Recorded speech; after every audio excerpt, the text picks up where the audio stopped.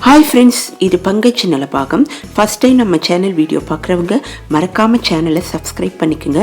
அப்போ தான் உங்களால் தொடர்ச்சியாக தீபாவளி ரெசிபீஸை பார்க்க முடியும். அது மட்டுமல்ல, டெய்லியே நம்ம சேனலில் ஒரு ஸ்வீட் ஒரு காரம் வந்துட்டுருக்கு. மிஸ் பண்ணாமல் பாருங்கள். ரொம்ப ஈஸியான ரெசிபீஸ். அந்த ரெசிபீஸில் நிறைய டிப்ஸும் சொல்லியிருக்கேன். அதுவும் உங்களுக்கு ரொம்பவே யூஸ்ஃபுல்லாக இருக்கும். இன்றைக்கி டே 3ல் பண்ண போகிற ரெசிபீஸ் ரொம்ப ஈஸியான ரெசிபி. முக்கியமாக பிகினர்ஸ் ரொம்ப ஈஸியாக பண்ணிவிடுவாங்க. ட்ரெடிஷ்னல் ரெசிபி கூட. குழந்தைகளுக்கெல்லாம் ரொம்பவும் பிடித்தமான இந்த டே 3 ரெசிபீஸை எப்படி பண்ணுறதுன்றதை பார்க்கலாம். அதுக்கு முன்னாடி நான் படித்ததில் சில விஷயத்தை இங்கே நான் ஷேர் பண்ண விரும்புகிறேன். நரகாசுரன் இறந்த தினத்தை தான் நம்ம தீபாவளியாக கொண்டாடிட்டு வரோம். ஆனால் ராமர், லக்ஷ்மணன், சீதா தேவியோட வனவாசம் முடிந்து அயோத்திக்கு திரும்பிய நாளன்று மக்கள் ரொம்ப மகிழ்ச்சியோடு விளக்கேற்றி கொண்டாடினாங்க அப்படின்னு சொல்கிறாங்க. அதன் தொடர்ச்சியாக தான் தீபாவளி பிறந்தது அப்படின்னு சொல்கிறாங்க.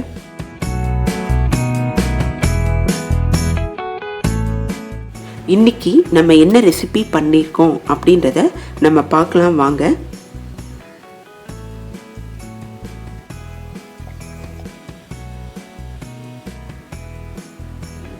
7 கப்பு பர்ஃபி பார்க்க போகிறோம். ரொம்ப ஈஸியான ஸ்வீட்டு. முதல்ல சர்க்கரை 2 கப்பு எடுத்துக்கிறேன்.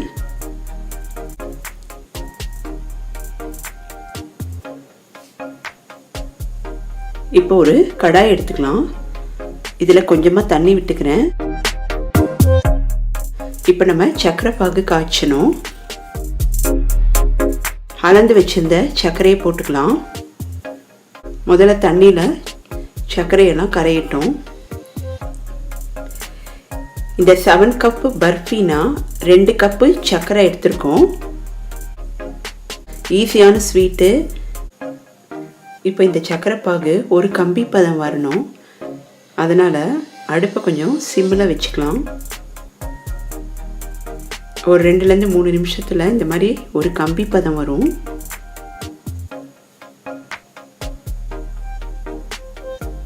இப்போ அடுப்பை ஆஃப் பண்ணிடலாம். இந்த கம்பி பதம் அப்படியே இருக்கிறதுக்காக கொஞ்சமாக நான் இங்கே எலுமிச்சை சாறு விட்டுருக்கேன்.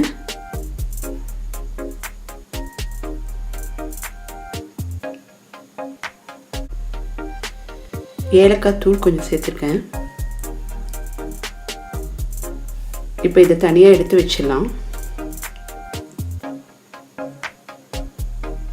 இப்போ ஒரு கடாய் எடுத்துக்கலாம்.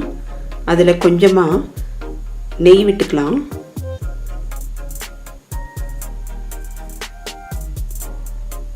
இப்போ நம்ம கடலை மாவு 1 கப் எடுத்திருக்கோம்.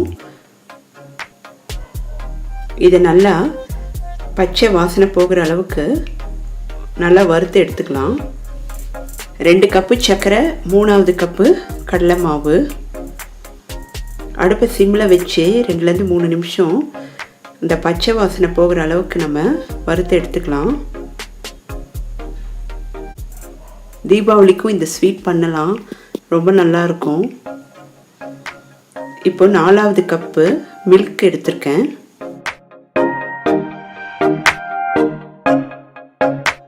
மில்க்கு 1 கப்பை சேர்த்துக்கிறேன். அடுப்பை சிம்மிலே வச்சுக்கலாம். 2லேருந்து 3 நிமிஷம் எல்லாத்தையும் ஒன்றா கலக்கி விடலாம்.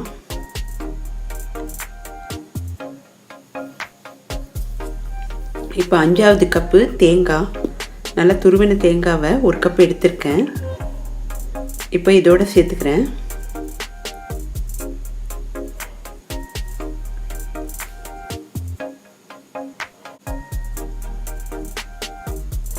இந்த டைமில் நம்ம 6வது கப்பாக கோவா சேர்த்துருக்கேன். கோவாவை துருவி வச்சுருக்கேன். இதோடு சேர்த்துக்கிறேன். இது ஹோம்மேடு கோவா, வீட்லேயே தயார் பண்ணது. உங்களுக்கு இந்த கோவா எப்படி தயார் பண்ணுறதுன்றத நான் டிஸ்கிரிப்ஷன்லேயும் கொடுக்குறேன். இந்த கோவாவை வீட்லேயே தயார் பண்ணி நம்ம இந்த ஸ்வீட் பண்ணலாம். ரொம்ப நல்லாயிருக்கும். உங்களால் வீட்டில் தயார் பண்ணுறதுக்கு டைம் இல்லைன்னா நீங்கள் கடையில் கூட கோவா வாங்கி சேர்த்துக்கலாம். இப்போ நம்ம தயார் பண்ணி வச்சுருந்த சுகர் சிரப்பை இதோட சேர்த்துக்கலாம்.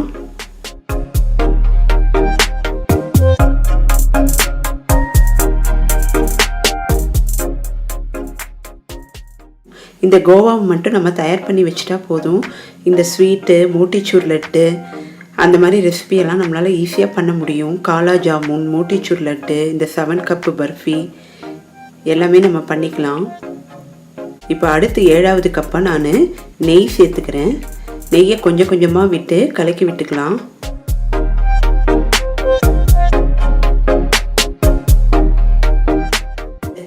எல்லாமே வீட்டில் இருக்கிற பொருள் வச்சு நம்ம ஈஸியாக இந்த ஸ்வீட் பண்ணிடலாம். ரொம்ப ரிச்சாகவும் இருக்கும், டேஸ்ட்டும் ரொம்ப நல்லா இருக்கும்.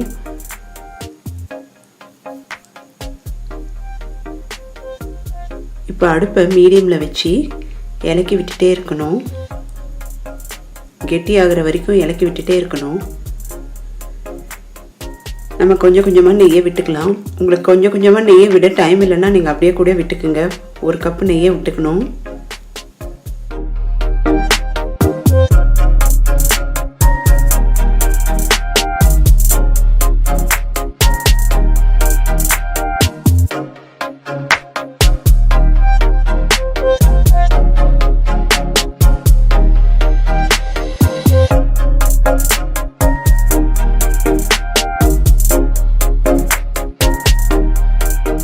நெய்யை இந்த மாதிரி அப்பப்போ நம்ம சேர்த்து இலக்கி விட்டுட்டே இருக்கணும்.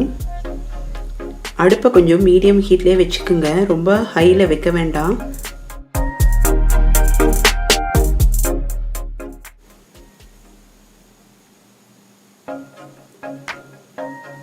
இப்போ 1 கப்பு நெய்யெல்லாம் விட்டுட்டேன் நான். 2 கப்பு சர்க்கரை, 1 கப்பு பால், 1 கப்பு தேங்காய், 1 கப்பு கோவா, 1 கப்பு கடலை மாவு, 1 கப்பு நெய், ஆக மொத்தம் 7 கப்பு பர்ஃபி நமக்கு ஈஸியாக தயாராகிடும்.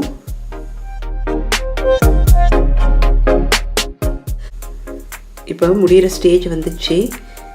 ஓரமெல்லாம் ஒட்டாமல் வரும்.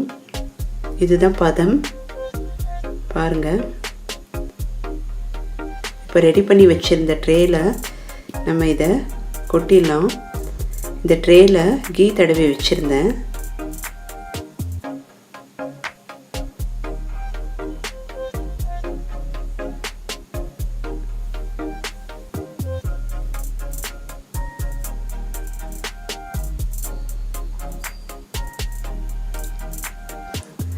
ஒரு டவரா இல்லைன்னா ஒரு கிண்ணத்தில் நெய் தடவி இந்த மாதிரி ஈவன் பண்ணிக்கலாம்.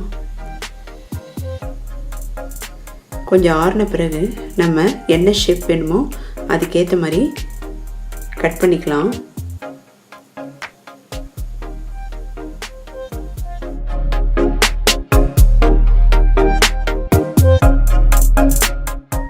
இந்த ஸ்வீட்டு ஃப்ரிட்ஜில் வச்சு சாப்பிட்டாலும் நல்லாயிருக்கும், ரூம் டெம்பரேச்சர்லேயும் ரொம்ப நல்லாயிருக்கும்.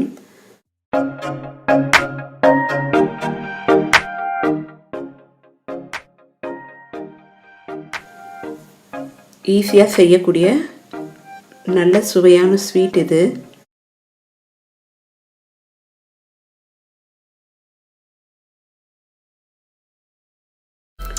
நம்ம இப்போ பார்க்க போகிறது ஓமப்பொடி. ஓமப்பொடி எப்படி பண்ணுறதுன்றதை பார்க்கலாம். இப்போ முதல்ல இந்த ஓமம் கொஞ்சம் எடுத்துக்கலாம், அதை கடாயில் வறுத்துக்கலாம். இந்த ஓமப்பொடியில் காரம் இருக்காது, குழந்தைங்களுக்கும் கொடுக்கலாம். நல்ல டேஸ்டான ஒரு ஸ்நாக் இது.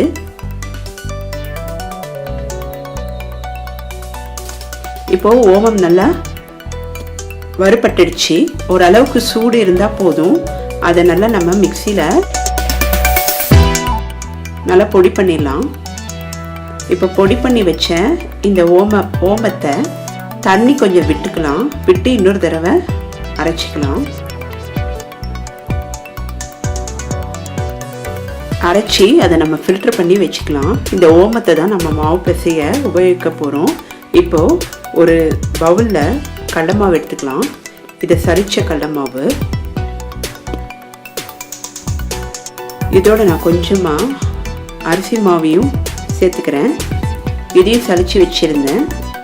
இப்போ இதுக்கு பெருங்காய தண்ணி சேர்த்துக்கலாம்.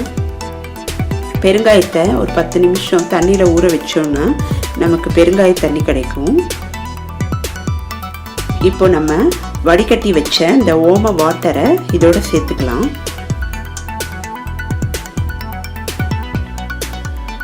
பிசையும் போது நமக்கு எவ்வளோ தேவையோ அந்த அளவுக்கு எடுத்து நம்ம சேர்த்து பிசைஞ்சிக்கலாம்.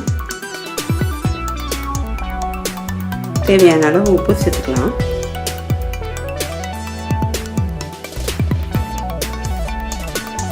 சப்போஸ் உங்களுக்கு இதில் கொஞ்சம் காரம் வேணும்னா நீங்கள் மிளகாய் தூள் கூட சேர்த்துக்குங்க. இப்போ நம்ம சூடான எண்ணெயை சேர்த்துக்கலாம். நல்லா பொறுபொறுப்பான ஓமப்பொடி நமக்கு தயாராகிடும்.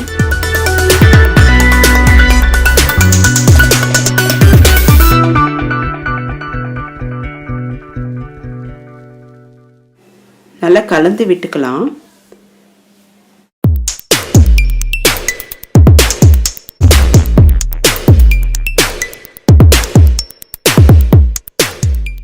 கொஞ்சம் தண்ணி விட்டு நல்லா பிசைஞ்சு வச்சுக்கலாம்.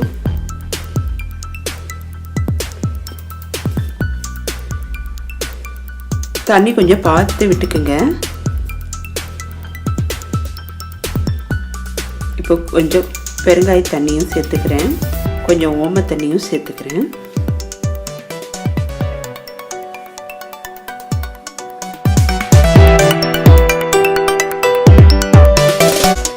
இந்த மாதிரி பதத்துக்கு மாவு தயாராகிடுச்சு. நான் இந்த அச்சு வச்சு தான் நான் இப்போ பிழிய போகிறேன். இப்போது தேவையான அளவு எண்ணெய் விட்டுக்கலாம். நான் இங்கே வந்து கடலை எண்ணெய் எடுத்திருக்கேன். உங்களுக்கு வெஜிடபிள் ஆயில் யூஸ் பண்ணணும் அப்படின்னா கூட நீங்கள் யூஸ் பண்ணிக்கோங்க.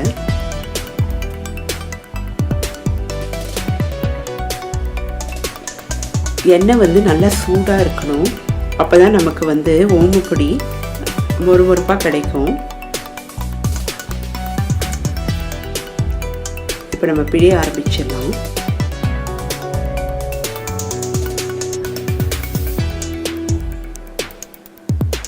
ரொம்ப ஈஸியான ஸ்நாக் இது.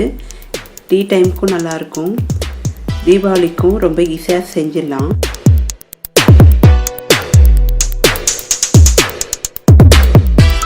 பபிள்ஸ் எல்லாம் அடங்கின பிறகு தான் நம்ம எடுக்கணும். நான் இதில் சோடா மாவு எதுவுமே சேர்க்கலை.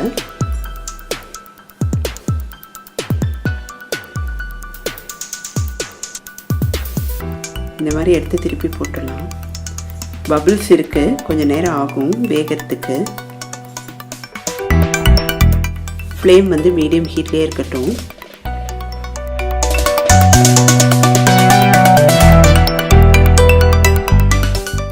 ஈஸியான பண்ணக்கூடிய ஸ்நாக்கில் ஓமப்பொடியும் ஒன்று. இப்போ பபிள்ஸ் எல்லாம் அடங்கிடுச்சு, கலரும் நல்லா சேஞ்ச் ஆகிடுச்சு. இந்த மாதிரி பக்குவத்தில் நம்ம எடுத்து வச்சிடலாம். டிஷ்யூ பேப்பரில் வச்சோன்னா எக்ஸ்ட்ரா ஆயிலை உறிஞ்சி எடுத்துரும்.